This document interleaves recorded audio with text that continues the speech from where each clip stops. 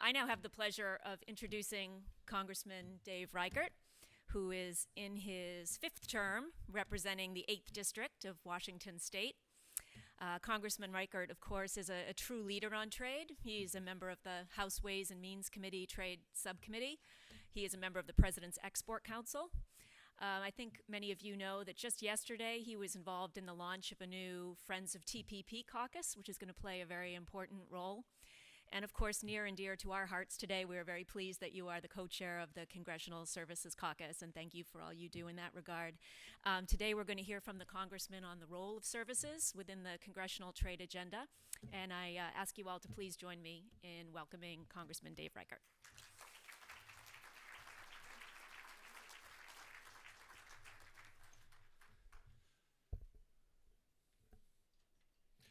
Good morning. Yeah, it's still morning. Hey, so you heard Dorothy mention while the panel was in a little bit of a pause that I heard her say, we don't want to upset the sheriff in the back. And so those of you who turned around to look to see if the sheriff was in the back of the room, why'd you do that? I was, so for those of you who don't know, I was a law enforcement officer for 33 years. Ended up as the sheriff in Seattle my last 8 years. So I look like I've been in Congress for 40 years, but I've only been here 9.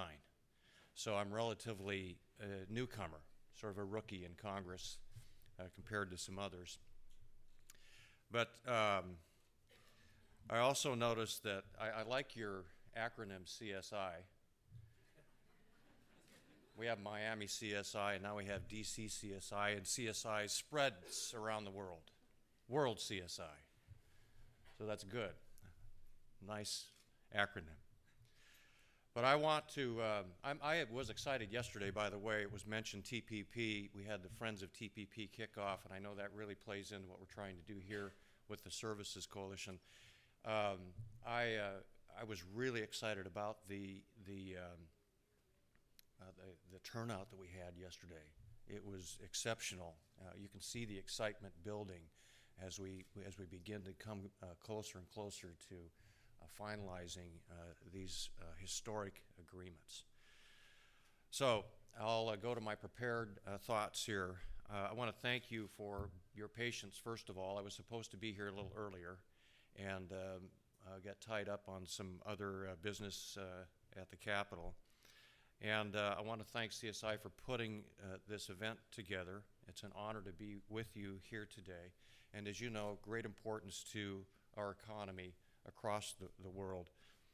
Trade and services is critical. As TISA, TPP, U.S. and EU trade agreement negotiations have moved forward, this is a critical time for us to highlight the value of the services sector and services trade.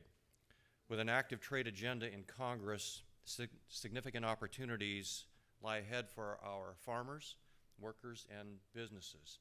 One of the top priorities of the trade agenda in Congress is the TISA because there is recognition that U.S. firms excel in overwhelming number of services sectors, including financial services, express delivery, healthcare, research and development, legal and audiovisual services, and that a substantial number of Americans are employed in these fields.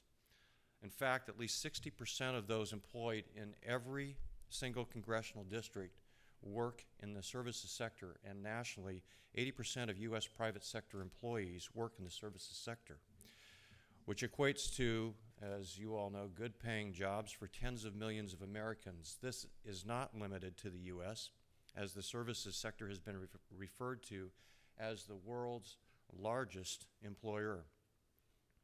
In my 8th district in Washington State, this number is over 70%.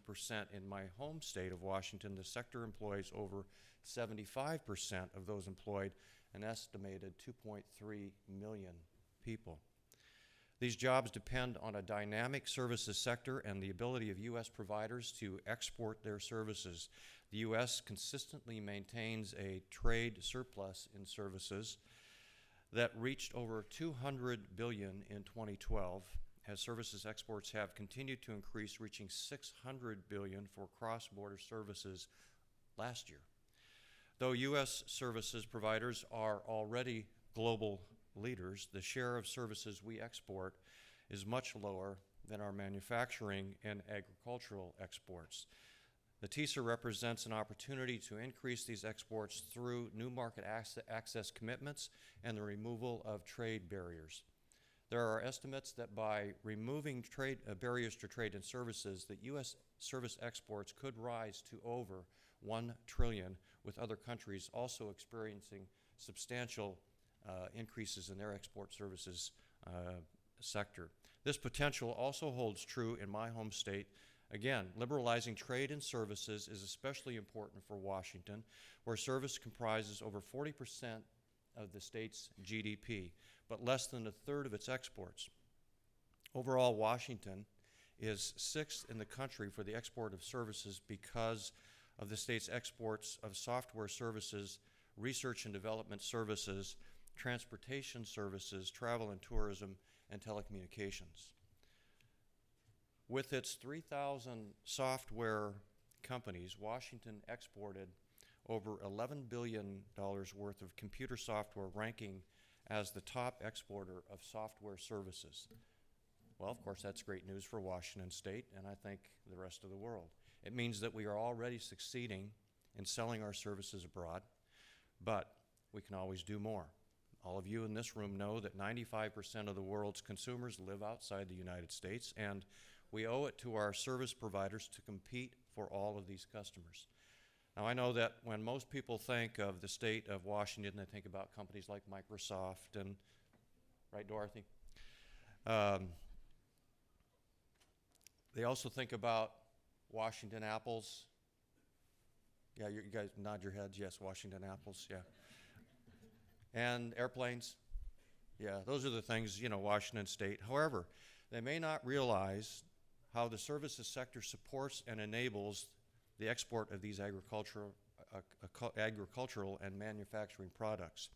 The services sector paves the way for and facilitates the trade of manufactured and agricultural goods.